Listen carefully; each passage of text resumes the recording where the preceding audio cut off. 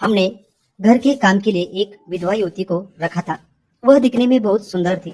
मेरी माँ एक बार अपनी बहन के पास किसी काम से गई थी, इसलिए वह 2 दिन घर नहीं आने वाली थी।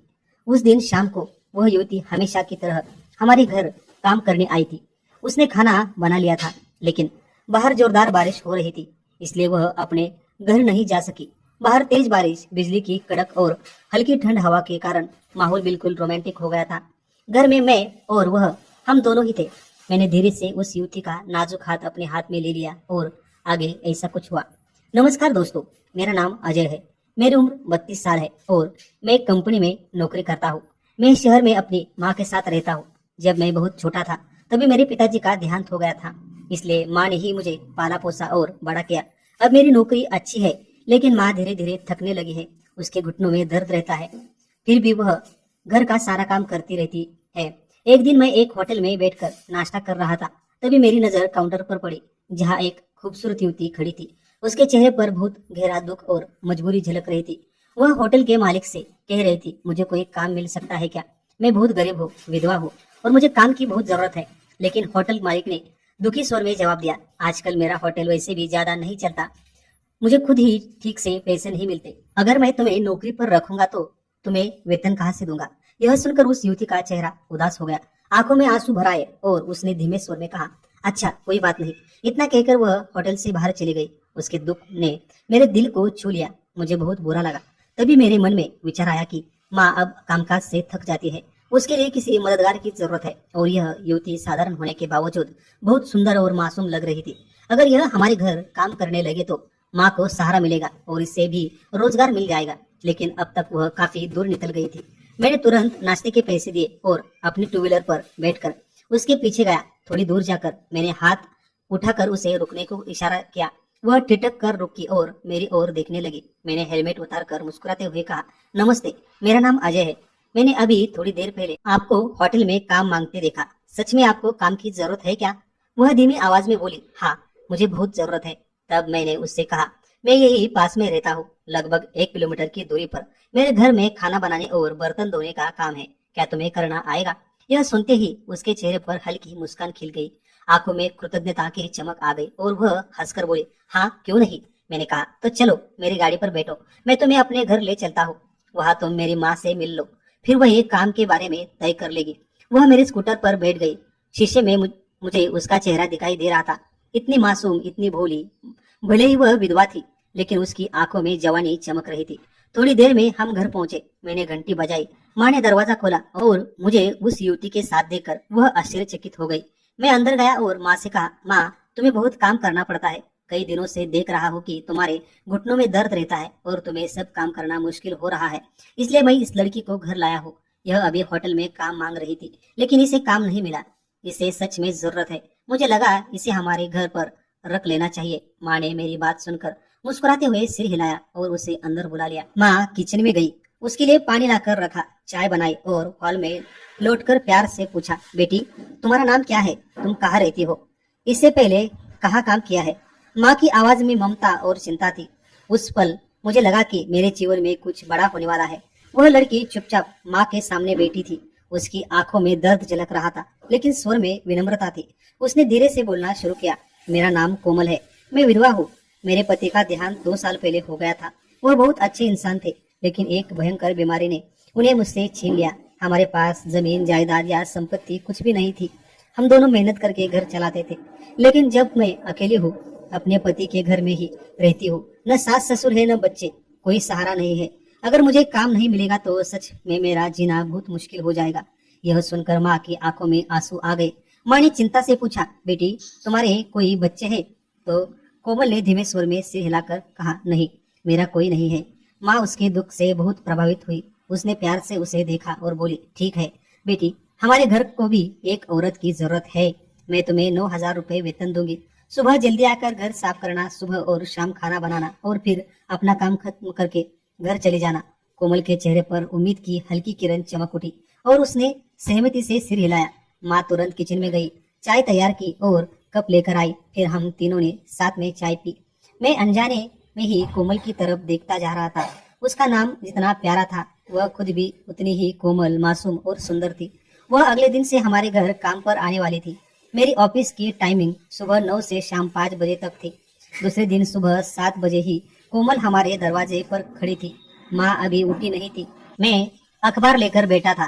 कोमल ने घर में प्रवेश किया और तुरंत सफाई करना शुरू कर दिया। उसने मेरी तरफ देखकर हल्की ही मुस्कान दी और फिर किचन में जाकर खाना बनाने लगी। थोड़ी देर बाद माँ उठी और उसके साथ काम करने लगी।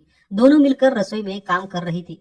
थोड़ी देर में कोमल मेरे सामने गर्मा गर्म चाय और नाश्ता लेकर आई। माँ ने उससे पूछा, बेटी तुमने नाश्ता किया? लेकिन वह कुछ बोली नहीं, बस सिर झुकाकर खड़ी रही।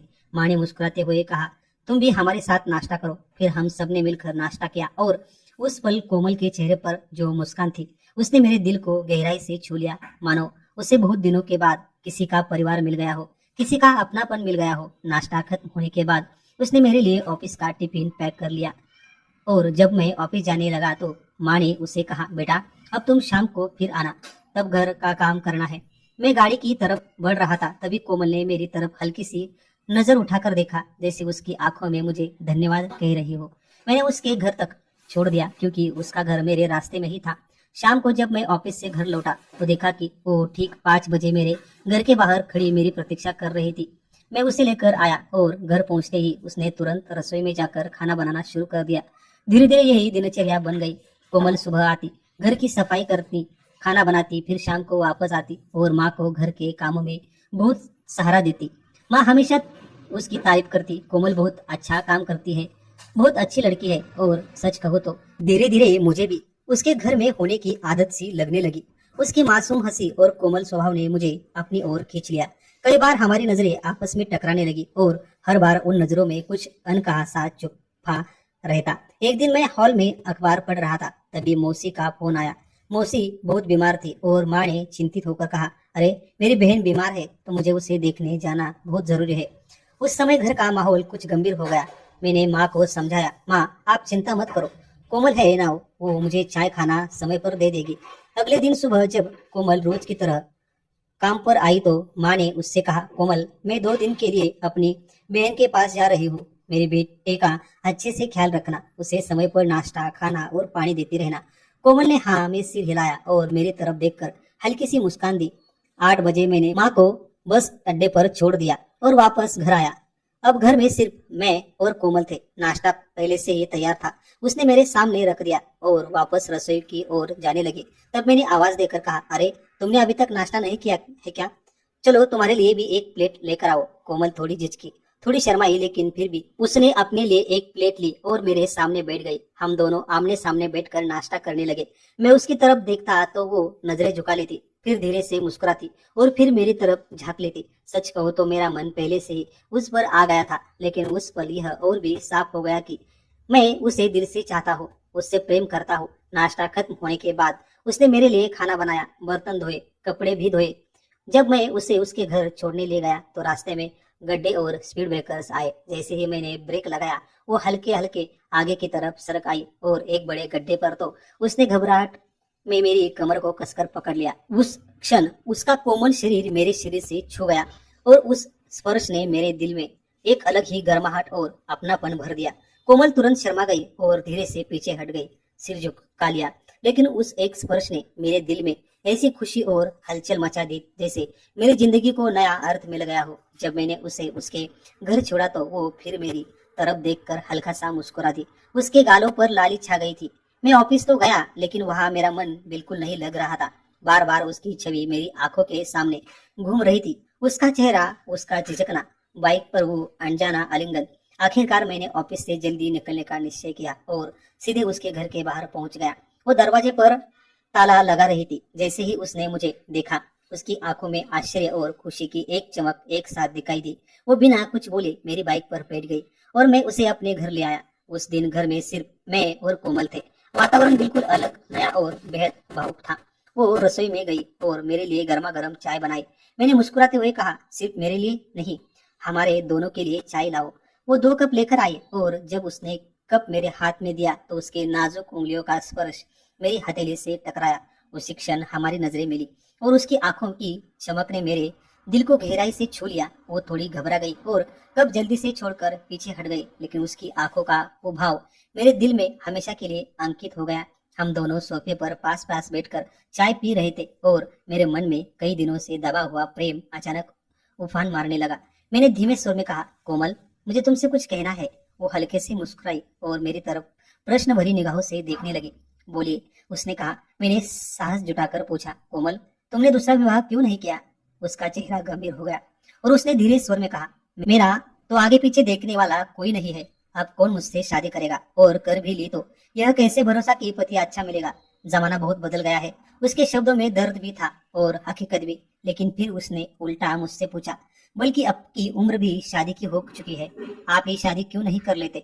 मैं उसकी आंखों में देखते हुए धीरे से बोला, कोमल, क्या तुम मुझसे शादी करोगी? यह सुनकर कोमल लज्जा गई, उसके गाल लाल हो गए। उसने सिर झुका लिया, लेकिन उसकी आंखें फिर भी मेरी तरफ मुड़ गई। उसकी आंखें बहुत कुछ कह रही थी। मैंने आगे कहा, कोमल, जब मैंने तुम्हें पहली बार होटल में देखा था तभी तुम मुझे अच्छी लगी थी। जब तुम हमारे घर आई तो मेरी माँ का बोझ हल्का हो गया। तुम बहुत ईमानदार हो, बहुत अच्छी हो और मुझे तुम बहुत पसंद हो। सच कहता हो कोमल, मुझे तुमसे दिल से प्यार हो गया है। उस क्षण हमारी नजरें फिर से मिली और वातावरण में एक अनकही भावनाओं की लहर दौड़ गई। मैं धीरे धीरे अपना चेहरा कोमल के चेहरे के करीब ले गया। उसकी आंखें मेरी आंखें में ठहर गई और उस पल हमारी दोनों की आंखों में प्यार खिलने लगा। मैंने हल्के से उसके गुलाबी होठों पर एक चुम्बन दिया और उसी क्षण से हमारे रिश्ते की शुरुआत और गहरी हो गई। हम दोनों एक दूसरे से जी जान से प्यार करने लगे। वह अनुभव इतना अनोखा था मानो समय थम गया हो। तेरी बाहों में मुझे दुनिया की सबसे बड़ी खुशी मिली थी। लेकिन अचानक उसकी आंखों में हल्की सी चिंता दिखी। वह बोली, आपको पता है मैं विधवा हूँ। आपकी माँ मुझे कभी स्वीकार नहीं करेगी। मैंने उसका हाथ अपने हाथ में लिया और उसे आश्वस्त करते हुए कहा, कोमल, मेरी माँ बहुत बड़ी दिल की है। उसे अच्छे स्वभाव के लोग बहुत पसंद है। मैं तुम्हें अपनी जिंदगी में जगह दिलाना चाहता हूँ और इसके लिए मैं माँ को जरूर मनाऊंगा। धीरे धीरे शाम हो गई। मैंने उससे कहा, आज हमारे लिए तुम खाना बना लो, अपने घर जाकर मत बनाना। वह रसोई में खाना बना रही थी और तभी अचानक बाहर तेज हवा चलने लगी। काले बादल घिर आए, बिजली गरजने लगी और मूसलाधार बारिश होने लगी। खाना बन जाने के बाद उसने मुझे प्यार से परोसा। हम दोनों उस बरसाती मौसम में साथ बैठकर खाना खाने लगे। खिड़की खुली थी, हल्की हवा घर में आ रही थी। बाहर बारिश की आवाज और अंदर हमारा रिश्ता। यह अनुभव शब्दों में बयान करना मुश्किल था। उसकी आंखों की चमक और मुस्कान की मासूमियत देखकर मुझे महसूस हुआ कि जिंदगी भर उसके लिए साथ रहना चाहिए। खाना खत्म होने के बाद उसने कहा, अब मुझे जाना चाहिए। मैंने बाहर देखा, अभी भी जोरदार बारिश हो रही थी। फिर मैंने उसे रोकते हुए कहा, कोमल, बाहर इतनी बारिश है, रात के 10 बज चुके हैं। आज तुम यही रुक जाओ, माँ भी घर पर नहीं है, इसलिए चिंता मत करो। वह शर्मा गई, चेहरे पर हल्की सी मुस्कान आई और उसने हामी भर दी। रात गहराती गई। हम दोनों हाथों में हाथ डालकर बातें करने लगे, एक दूसरे की आंखों में आंखें डालकर भविष्य के सपनों की बुनाई करने लगे। उस रात हमारे होठ फिर से मिले और उस पल ने हमारे रिश्ते को और मजबूत कर दिया। वह रात हमारी जिंदगी की हमेशा के लिए याद बन गई। अगले दिन सुबह वह जल्दी उठकर घर समेटी, खाना बनाया और चाय तैयार की। तभी माँ को फोन आया, मुझे स्टैंड से ले आओ। मैं माँ को लेकर आया और फिर कोमल को उसके घर छोड़कर ऑफिस चला गया। शाम को घर लौटा तो हिम्मत करके माँ से बोला, माँ, मुझे आपसे कुछ कहना है। हमारे घर काम करने वाली कोमल बहुत अच्छी है। उसके मन की मिठास और स्वभाव की सादगी मुझे बहुत भाती है। मुझे उससे प्यार हो गया है और मैं उससे शादी करना चाहता हूँ। माँ कुछ क्षण सोच में पड़ी और फिर उसके चेहरे पर मुस्कान खिल गई। वह बोली, हाँ बेटा, कोमल बहुत प्यारी है। विधवा होने से क्या फर्क पड़ता है, उसे भी जिंदगी जीने का हक है। मुझे भी वह बहुत पसंद है। मुझे वह अपने घर की बहू के रूप में मंजूर है। माँ के इन शब्दों ने मेरे दिल भर लिया। अगले दिन सुबह कोमल आई। माँ ने उसके सिर पर स्नेह से हाथ फेरा और पूछा, मेरे बेटे से तुम्हें प्यार है? कोमल की आंखों में आंसू आ गए। उसने हाँ में सिर हिलाया और माँ के पैरों में झुक गई। मैं भी माँ के चरणों में गया। माँ ने हमें आशीर्वाद दिया और कुछ ही दिनों में हमारी शादी हो गई। शादी के बाद हमारी जिंदगी का नया पन्ना खुला, जिसमें केवल प्यार और खुशियां भरी हुई थी। आज कोमल मेरे जीवन की ही रानी है। वह अब गर्भवती है। उसके पेट में हमारा प्यार पल रहा है। हमारे सपनों को नया जीवन मिल रहा है। दोस्तों, बताइए, क्या मैंने और कोमल ने शादी करके गलती की या सही फैसला लिया? मेरे अनुसार प्यार में कभी गलती या सही नहीं होता। प्यार हमेशा पवित्र होता है और उसी पवित्रता से मैंने अपनी जिंदगी को कोमल के साथ जोड़ा है। सच्चा प्यार कभी जात, धर्म और अमीर गरीबी या विधवा कुंवारा के बंधन में नहीं बनता। सच्चा प्यार हमेशा दिल, स्वभाव और भावनाओं से जुड़ा होता है। समाज चाहे कुछ भी कहे, लेकिन अगर रिश्ता दिल से हो तो वह हमेशा कायम रहता है। इसलिए दोस्तों, किसी को उसके अतीत से मत आंकिए, बल्कि उसके स्वभाव और इंसानियत से प्यार कीजिए, क्योंकि प्यार देना स्वीकार करना ही जीवन की असली दौलत है। दोस्तों, अगर यह वीडियो आपको अच्छा लगा हो तो वीडियो को लाइक, शेयर और चैनल को सब्सक्राइब करना मत भूलिए। धन्यवाद।